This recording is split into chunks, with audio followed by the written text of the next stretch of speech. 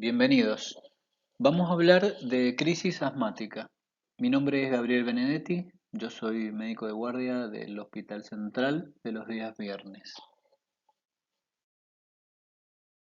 Aquí les dejo las guías de práctica clínica de donde he adaptado un poco la charla.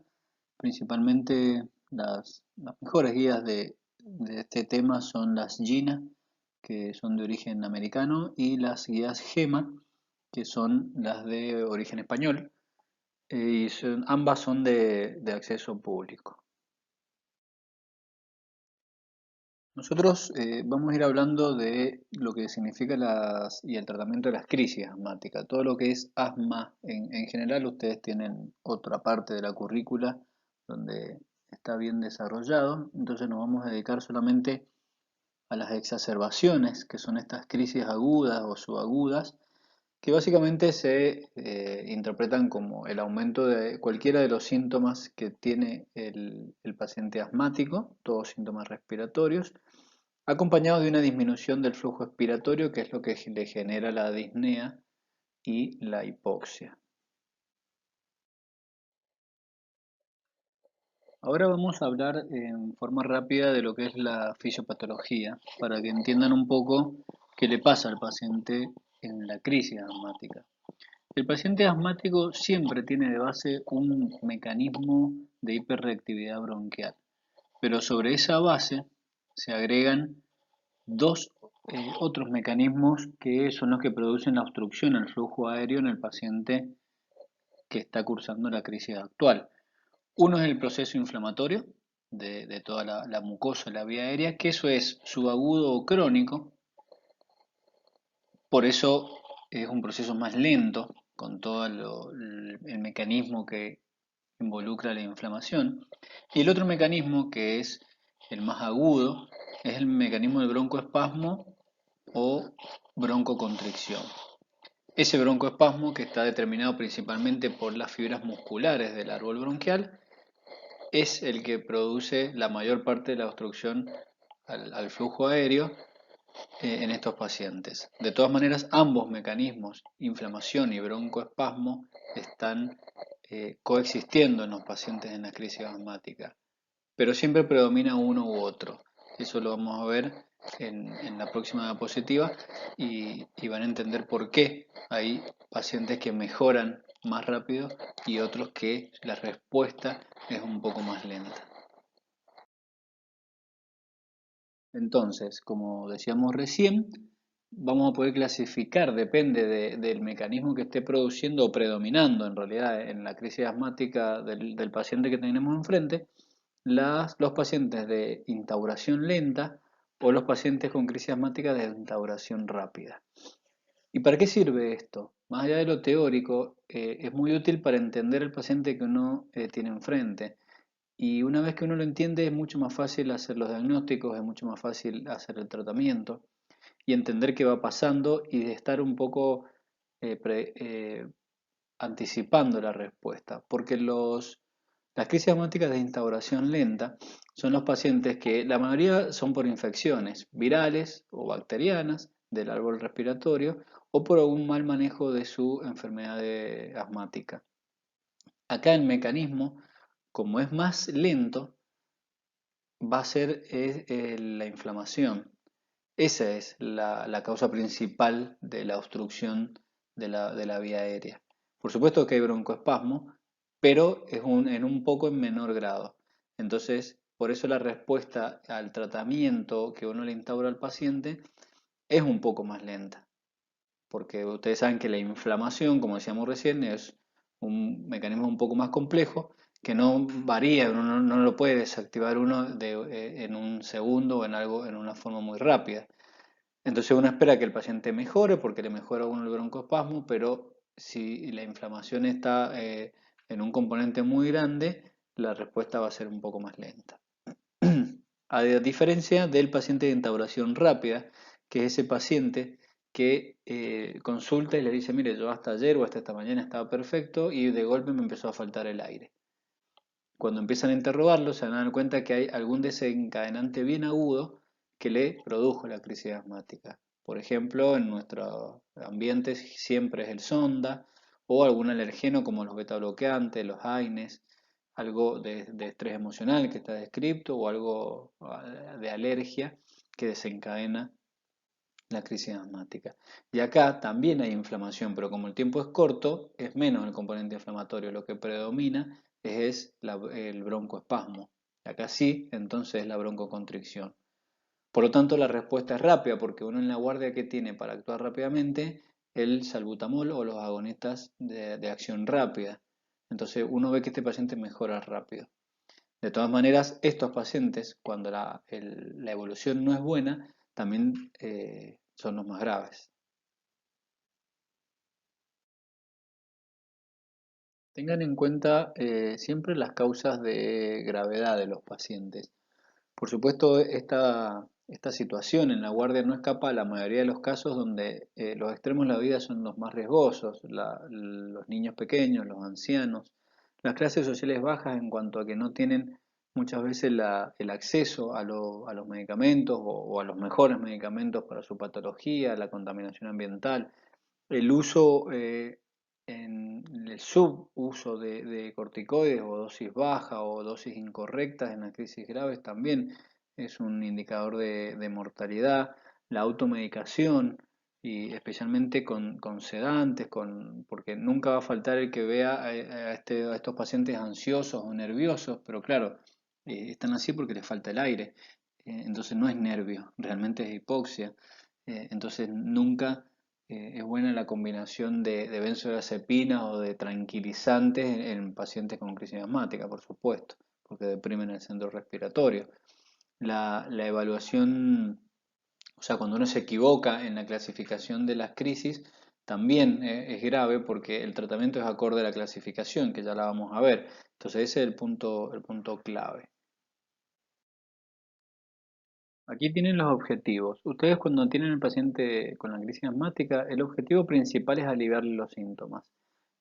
Por lo tanto, eso se realiza al disminuir la obstrucción al flujo aéreo y disminuir o mejorar la hipoxemia que en cierto grado tiene el paciente. De todas maneras, ese es el principal objetivo, pero hay uno importante que muchas veces queda trunco en el tratamiento, que es la prevención de las futuras crisis o de las recaídas.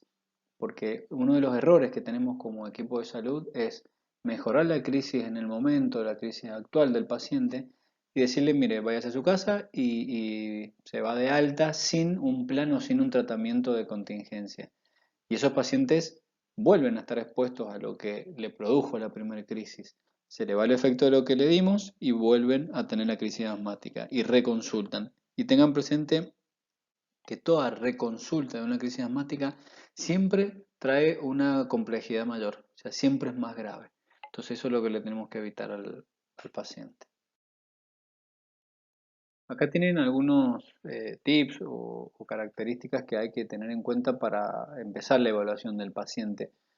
Justamente por esto que les decía al principio, para ir conociendo el paciente que uno tiene enfrente, qué lo desencadenó, el tiempo que lleva la crisis, a ver si es de instauración rápida, instauración lenta, detectar rápidamente algún criterio de gravedad, que ya lo vamos a ver en la clasificación, cada cuánto tienen las crisis, tiene la medicación, ha recibido consultas previas antes de esta consulta, qué medicación tiene, automedicaciones, internados previamente por asma, hay pacientes que a veces han tenido recientes o en algún momento internaciones en terapia y ya no es lo mismo, uno ya sabe que se está enfrentando a un paciente que potencialmente es más grave, todas las consultas previas, bueno, eso siempre es útil en el interrogatorio para uno ir preparando el terreno y saber ante qué situación se está presentando. El cuadro clínico de los síntomas son ya bien conocidos por ustedes a esta altura. Son todos síntomas respiratorios. Puede tener el paciente la disnea, la taquipnea, la respiración soplante. La tos seca es característica cuando es asma sola, pero si hay alguna infección agregada puede ser tos productiva. El habla entrecortado. El habla entrecortado o la facilidad para hablar es un parámetro muy importante en la evaluación del paciente asmático. Y el resto del examen físico también. Cualquier signo de la semiología respiratoria puede estar presente en el asmático. Sibilancias, roncos, hipoventilaciones, rales incluso si hay alguna consolidación o alguna neumonía sobreagregada, incluso neumotórax, porque saben que los pacientes tienen una hiperinsuflación y el aumento de la presión por la obstrucción a la vía aérea, en algunos puede producir incluso neumotórax. Una de las armas o de los elementos que tenemos para acompañar la evolución de estos pacientes asmáticos es el flujo pico o el pico flujo. Recuerden que esto es un equivalente al BEF1, que es la eliminación de todo el aire o de la capacidad pulmonar en el primer segundo, que se hace con la espirometría. Nosotros podemos hacer una analogía de ese valor con el pico flujo y determinar nuestro paciente qué capacidad pulmonar está teniendo en este momento y te hace una idea de la obstrucción pulmonar que tiene o obstrucción bronquial. Es algo, la verdad, que bastante sencillo y accesible. Lo único que hay que tener, bueno, es el flujímetro, las tablas que deberían estar en la guardia para los asmáticos para poder determinar el valor o el valor basal que debería tener ese paciente y bueno, la correcta técnica que la vamos a ver ahora. Esta es la tabla que les decía, que lo ideal sería que estén en todas las guardias. Esta tabla lo que les va a determinar es el valor de referencia, o sea, el valor basal, lo que debería tener ese paciente en condiciones normales. Después veremos, según el valor que nos dé a nosotros en esta crisis, uno lo busca como un eje de coordenadas en esta tabla. Tienen los valores de hombres, los valores para mujeres, según la altura, la edad y en el eje de las Y tienen el valor correspondiente. De todas maneras, si no está la tabla, chicos, sepan que un valor menos de 300 para cualquier persona es un valor malo, un valor de gravedad. El pico flujo les ayuda a determinar cómo es la situación actual del paciente comparado con su valor de referencia, que debería ser el normal, y también sirve para ir evaluando la respuesta al tratamiento, porque uno puede hacer flujo pico al principio, empieza el tratamiento y va haciendo controles con el pico flujo y también puede ir objetivando mejoría o empeoramiento. Este es el principal elemento, el flugímetro.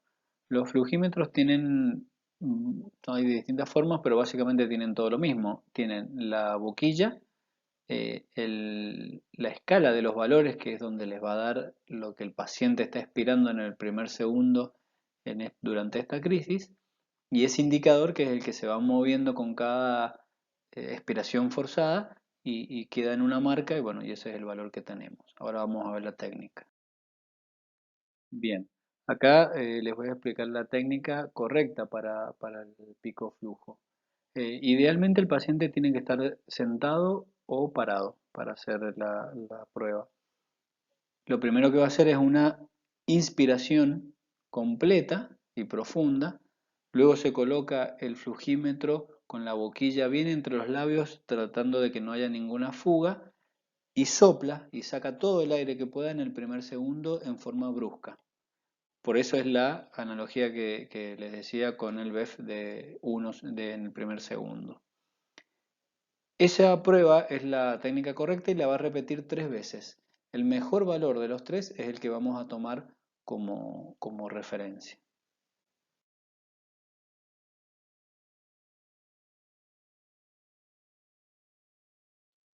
Y bien, esta es la tabla de clasificación de las crisis asmáticas. Esto, la verdad, chicos, es lo que me parece más importante de toda la charla. Por supuesto que todos queremos saber los tratamientos y es lo que más interesa cuando uno es estudiante, pero ustedes saben que los tratamientos, primero que van cambiando con relativa frecuencia, y hoy en día todos tenemos acceso de alguna manera rápida a los tratamientos.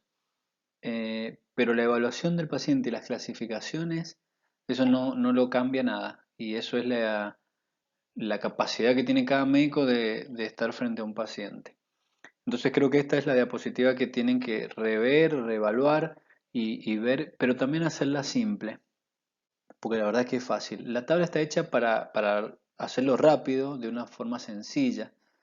No debería demorar más de 2 a 3 minutos clasificar un paciente correctamente en una crisis asmática. La clasificación es importante porque depende de uno cómo lo clasifica, después el tratamiento que va a instaurar. O sea que si la clasificación está mal hecha, el tratamiento va a estar mal hecho. De todas maneras, vean que no es difícil. Ustedes tienen tres grupos de pacientes. El paciente asmático en crisis leve, en crisis moderada grave y en parada respiratoria, asma potencialmente fatal o el paciente que está muy grave cerca del paro respiratorio. Los dos extremos es lo que uno tiene que aprenderse. Yo siempre cuando doy esta clase digo lo mismo.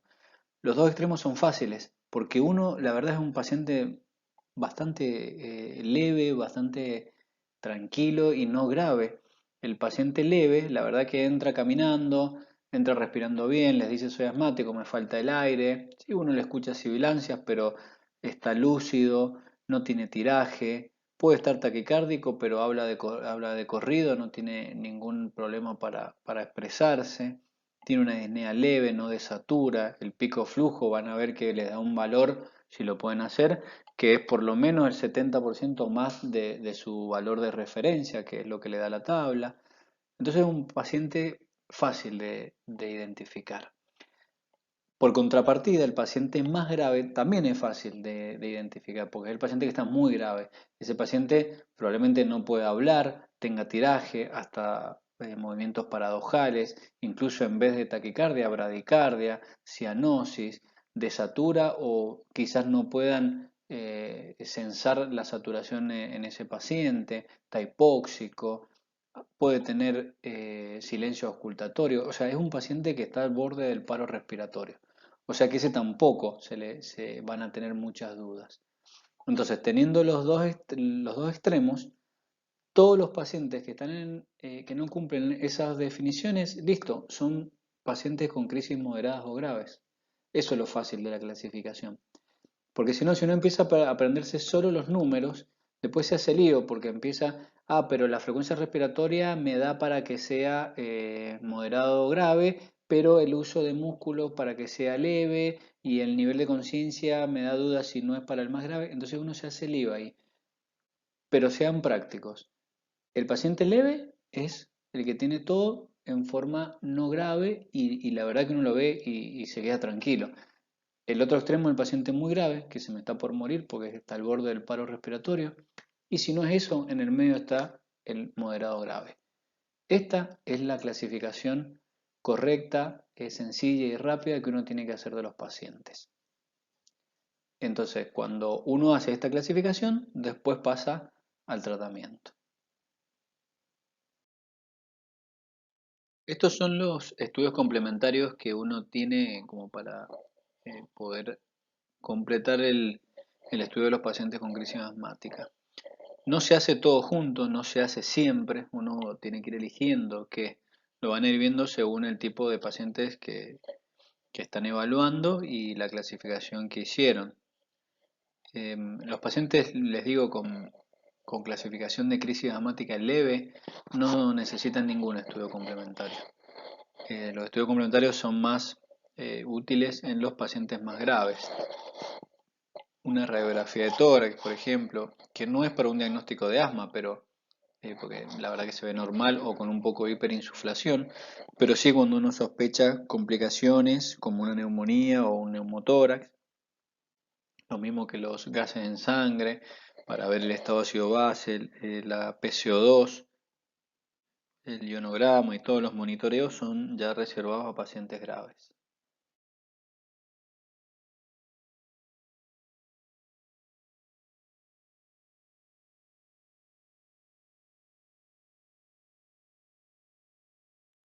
Y ahora entramos en la parte de tratamiento. Una vez que tenemos hecha la clasificación de nuestros pacientes en leve, moderado graves o muy graves o potencialmente fatales, hay que integrar el tratamiento. Los pacientes de las primeras clasificaciones, leve o moderado graves, uno empieza a hacer los tratamientos y los va reevaluando el paciente, pero está establecido que aproximadamente en 2 horas debería tener el paciente resuelto.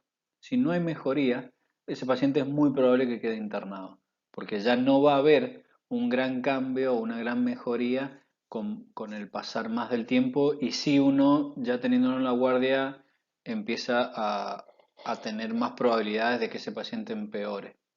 Entonces, les diría que son las 2 horas de oro, digamos, para definir ya la mejoría o el empeoramiento del paciente. Y esta es la otra diapositiva importante.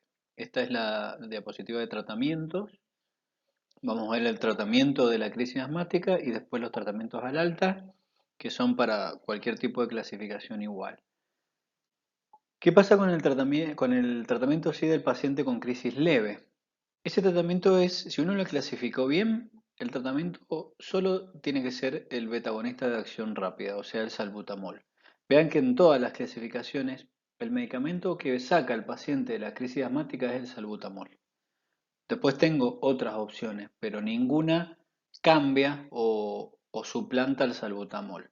Entonces, en las crisis leves, la indicación es nebulizaciones o puff de salbutamol cada 20 minutos en esas 2 horas que yo tengo para ver la mejoría. En los pacientes con crisis moderada grave, ya tengo más armamento terapéutico. Por supuesto, el salbutamol sigue siendo el caballito de batalla, sigo utilizándolo con la misma frecuencia. Ya puedo agregar al salbutamol ipratropio o budesonide, o los tres, no uno u otro, es salbutamol más estos dos que les digo para mejorar el efecto broncodilatador. Tengo el oxígeno, en pacientes que tengo hipoxia y con necesidad de oxígeno, se les hace aporte de oxígeno en la guardia. Y aquí acá entra en juego el corticoide, que es la hidrocortisona endovenosa o puede ser vía oral como la prednisona, pero generalmente en una guardia lo que uno utiliza es hidrocortisona. Vean que en los pacientes leves no está indicada la hidrocortisona, pero en los moderados graves sí.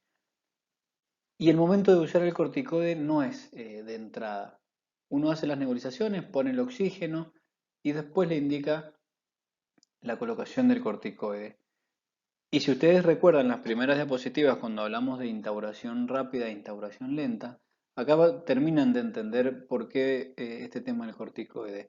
Por qué no es correcto salir corriendo a poner el corticoide y si es correcto salir corriendo a poner las nebulizaciones con salbutamol. Porque el componente del broncoespasmo es lo que uno rápidamente puede mejorar porque es bien agudo y eso lo hace con el betagonista.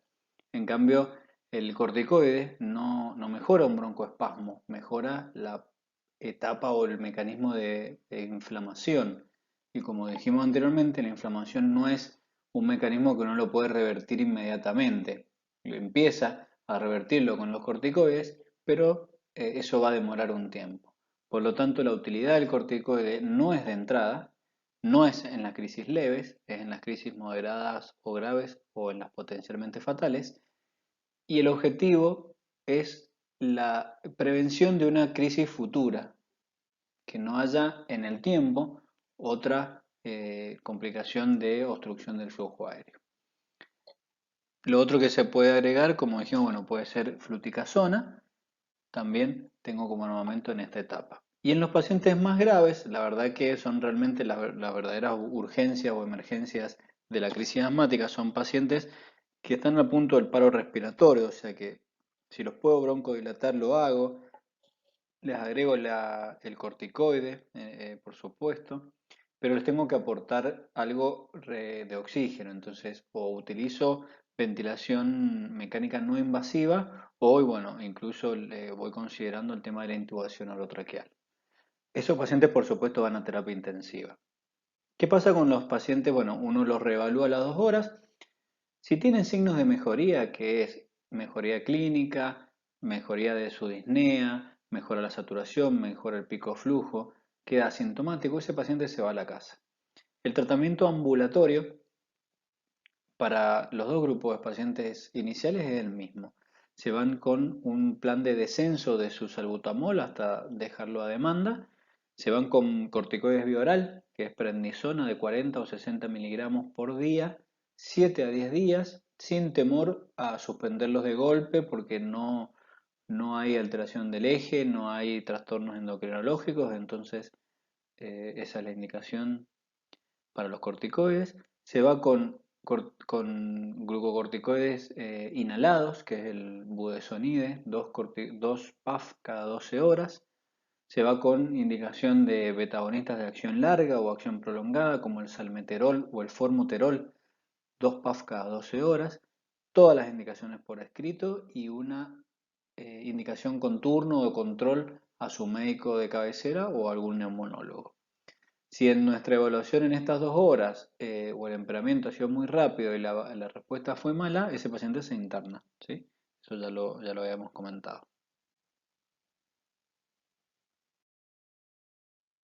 Bien, acá tienen otros tratamientos que van a escuchar o muchas veces los van a leer. Algunos son útiles y otros no.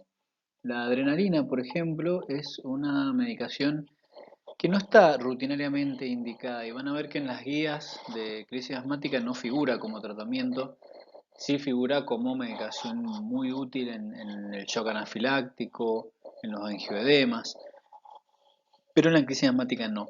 Sin embargo, hay situaciones como el paciente que está a punto del paro respiratorio o en el paro respiratorio, en la que no tenemos otra opción para broncodilatar porque el paciente no respira y los aerosoles, los PAF no llegan.